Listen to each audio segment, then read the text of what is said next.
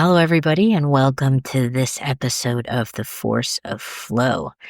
The last time I promised you guys we would talk about agility and positive psychology. And so this time I'd like to focus a little bit more on the agility topic. But before I get into agility, I have to take a step back.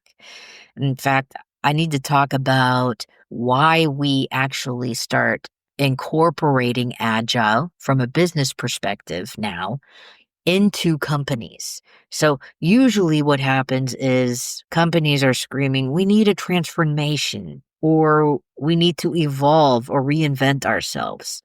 If we look at the global economy today, there are a lot of policy uncertainties, there are trade tensions, there are geopolitical risks. So businesses are having to navigate these complexities, and a transformation is usually top of the agenda.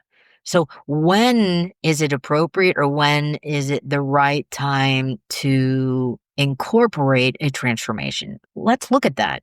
There are lots of questions one can ask. For instance, is there a market disruption or competition? So there are new competitors out there in the market, which leads us to believe that we need to transform or reinvent in order to keep our competitive edge. Is it because of technical advancements like AI or automation, maybe cloud computing? Is it maybe because of changing customer expectations? Customers want fast and seamless experiences, and we want to stay relevant in their minds. Is it because of operational inefficiencies like legacy systems or outdated processes? Maybe the company or business has siloed departments.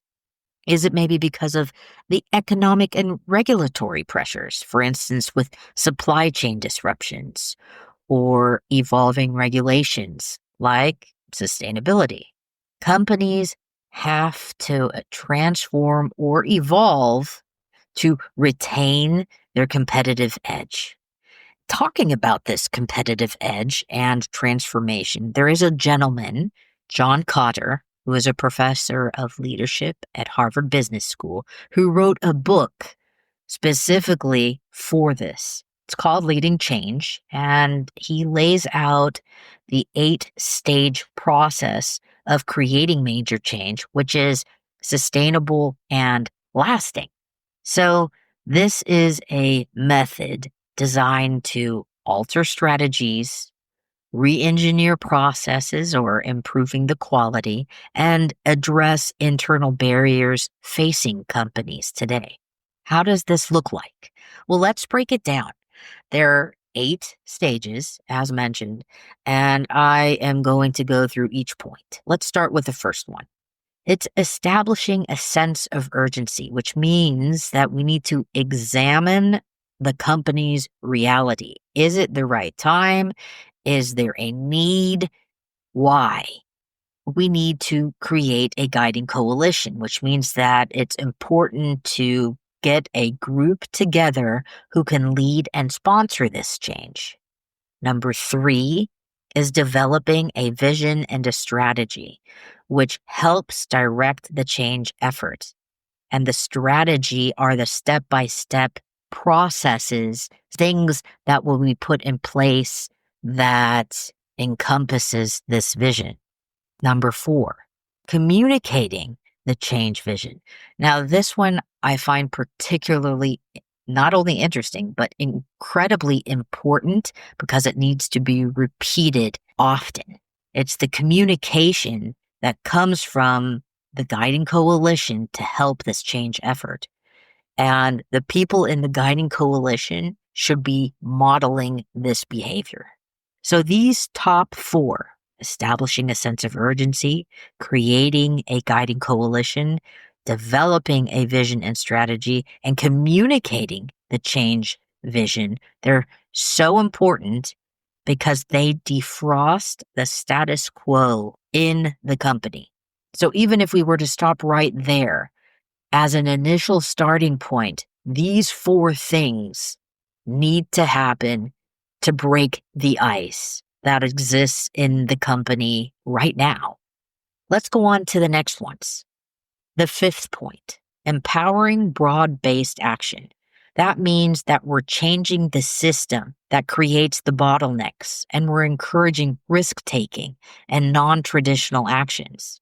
So perhaps here we would mention, okay, are we going to be adopting Agile? Various frameworks to help us combat the system that we have that's creating the bottlenecks, the stagnancy. Number 6, generating short-term wins. Now, this is important because we want to see return of investment. It's planning for improvements and recognizing the people who made the wins possible. Number 7, consolidating the gains and producing more change. So this is about hiring, promoting, and developing the people and getting more projects. So here too, it's about investing in the people that you have in the company, as long as the mentality is the one that needs to be had to move forward, because it's always more expensive to hire new people in, onboard them, and go through the processes until they're also ready to add value to the company than actually keeping people on hand and investing in their future, their development, their professional development.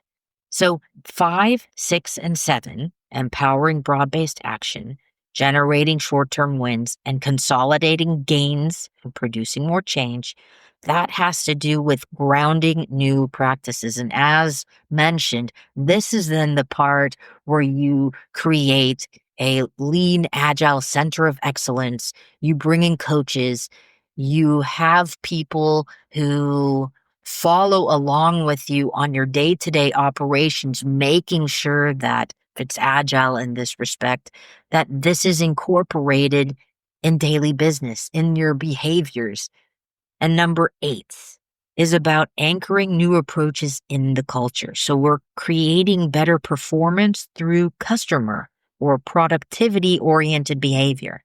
And we also want to have more and better leadership, highlighting how new behavior drives this organizational success. And this point 8, anchoring new approaches in the culture, is all about grounding the changes in the culture. So these 8 steps divided into 3 chunks, if you so will, with defrosting the status quo, grounding new practices, and making sure those new practices are solidified in the foundations of the culture, which becomes the DNA of the company, are so important. And as Kotter mentioned, leaving out steps will not create the success that you are looking for, will not create sustainable change and the transformation that you want to happen. I'm so excited to have shared this with you, and John Kotter is an inspiration to me and also has given me the stepping stone. These are the first steps that need to be taken to create the forward momentum. And not to forget to mention, it's all about leadership. It's all about this guiding coalition, which is pivotal to your transformation.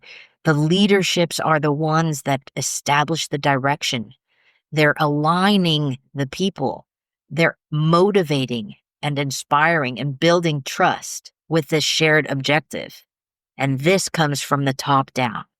And this element needs to be highlighted over and over again as the very important step to have for a future and successful transformation. Thank you guys for listening today. I appreciate your time and looking forward to discussing more the topic of Agile in the episodes to come. Have a fantastic day, and may the force of flow be with you. Bye-bye.